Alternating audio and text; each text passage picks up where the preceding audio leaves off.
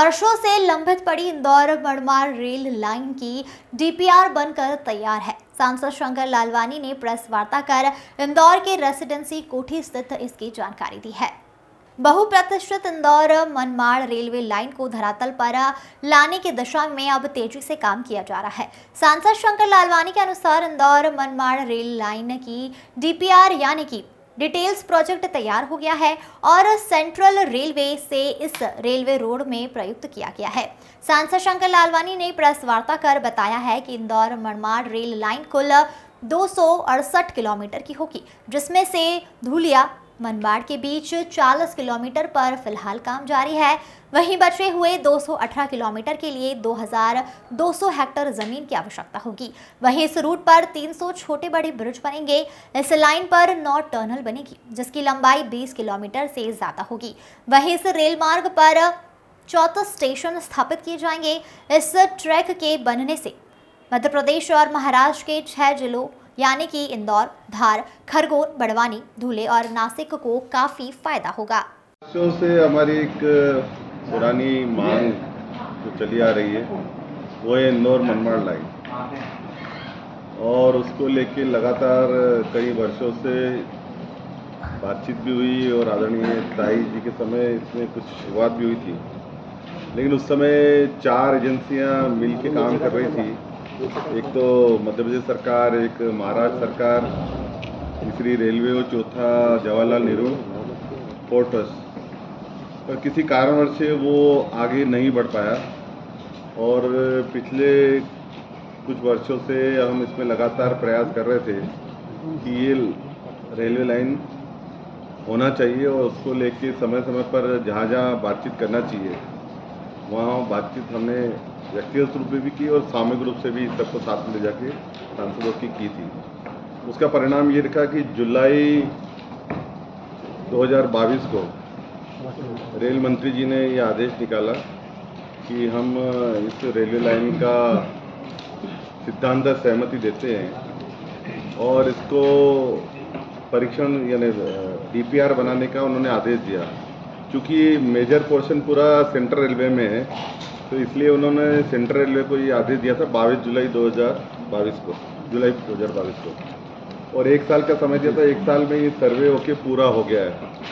अभी इस शुक्रवार को इस रेलवे बोर्ड में ये रिपोर्ट डीपीआर पूरी तैयार हो गई है और सबमिट भी हो गई है।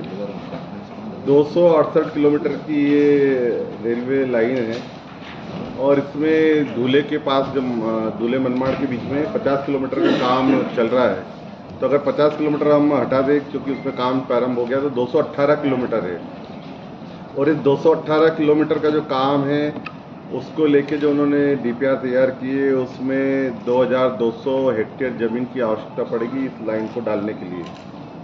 और उसके साथ साथ इसमें 300 छोटे बड़े ब्रिजेस रहेंगे जो इस रेलवे ट्रैक पे रहेंगे और 7 टनल है जो कि लगभग 20 किलोमीटर लंबाई की टनल है।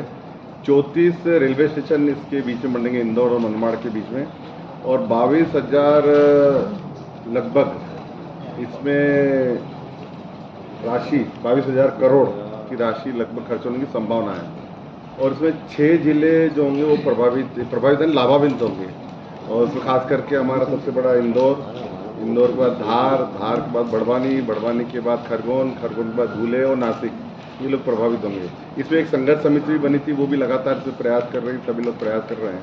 अंततः जब बीच में रेलवे बोर्ड के चेयरमैन आए थे उस समय हमने जो स्थानीय मांग रखी थी उसके साथ साथ ये महत्वपूर्ण मांग थी कि इसको जल्दी आगे बढ़ना चाहिए।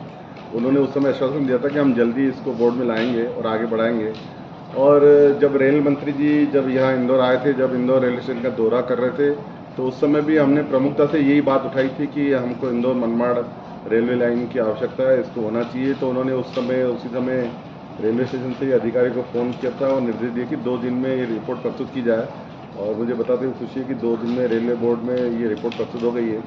अब तकनीकी रूप से रेलवे बोर्ड इसको परीक्षण करके इसको वित्त विभाग में भेजेगा और वित्त विभाग से फिर नीति आयोग में जाकर अल्टीमेटली कैबिनेट में जाएगी, क्योंकि 22,000 करोड़ का मामला है तो कैबिनेट में होगा। तो एक जो प्रारंभिक बात थी, जो तैयारी थी, वो हमारी पूरी हो गई और रेलवे ने सहमति दी है कि इसको आगे बढ़ाएंगे। मुझे लगता है आने वाले समय में जब ये बन जाएगी तब हमारा बम्बई से जो नियरेस्ट रूट रहेगा वो ये रहेगा, और उससे नॉर्थ और साउथ में भी कनेक्टिविटी बढ़ेगी।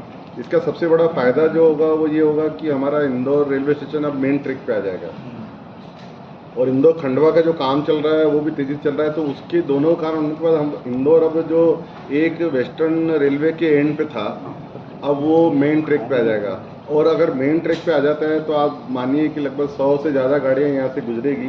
तो कहीं ना कहीं आज के समय जो पूरे विश्व में एक बात आ रही है कि जहाँ लॉजिस्टिक बेहतर है और वहाँ इंडस्ट्रियाँ पनप रही है। तो शुरुआती में सबसे पहले जब हमने शुरुआती की थी तो हमने सबसे पहले इंदौर की कनेक्टिविटी कैसे बढ़ाएं, उसमें 3 महत्वपूर्ण बातें थी। एक तो रेलवे, दूसरा सड़क और तीसरा एयरपोर्ट, और तीनों पे काम चल रहा है। आपने देखा होगा कि सड़क में तो 5,500 करोड़ के काम इंदौर के आसपास चल रहे हैं, जो कि 2024 या 2025 तक पूरे हो जाएंगे। एयरपोर्ट के मामले में भी आने वाले थोड़े दिन में मैं आपको अपडेट करूंगा कि क्या उसमें हो रहा है, उसकी भी बातचीत चल रही है, और उसमें भी संभावना है कि आपको नेक्स्ट वीक तक हम कुछ बोल पाएंगे। और रेलवे की जो बात है, रेलवे में मुझे लगता है सबसे ज़्यादा जो पिछले 2 सालों में नहीं मिला था वो इस बार बजट में भी प्रावधान मिला है, और काम भी तेज़ी से चल रहा है। मुझे इस बात की खुशी है कि रेलवे बोर्ड ने इंदौर को बहुत इस संगीनता से लिया है कि उन्होंने एक चीफ इंजीनियर की ड्यूटी, जो मिस्टर गुप्ता हैं, जो पहले डीआरएम थे इंदौर में, वो खुद उनको रखा है इंदौर के आसपास के जो प्रोजेक्ट हैं उसके लिए। और उसके साथ साथ एक इंजीनियर, जो वरिष्ठ इंजीनियर है, वो यहाँ लेते हैं साप्ताहिक रिपोर्ट। गुप्ता जी स्वयं 15 दिन में आते हैं, और जो रेलवे बोर्ड के डीएमआर है और बोर्ड के जो हमारे जो वेस्टर्न जोन के जो अध्यक्ष हैं, वो स्वयं इसको मॉनिटर कर रहे हैं। रेल मंत्री जी ने इंस्ट्रक्शन दिए कि जो हमारे इंदौर और इंदौर के आसपास जो प्रोजेक्ट चल रहे हैं, इस नक्शे में वो सब प्रोजेक्ट हैं जो हमारे इंदौर और इंदौर के आसपास चल रहे हैं। चाहे इंदौर देवास जो डबलिंग का काम बचा है वो भी दिसंबर तक होगा, इंदौर दाहोद वाला होगा, इंदौर बुधनी है, इंदौर खंडवा का भी थोड़ा पोर्शन बचा है, जो कि हमारा सनावत से लेके बिलवाड़ा पातालबनी से लेके बिलवाड़ा तक। तो मुझे लगता है कि आने वाले 2-3 सालों में इंदौर की जो रेलवे कनेक्टिविटी है वो बहुत ही अच्छी होगी, और उसका जो फायदा होगा हमें इंदौर। Bureau report.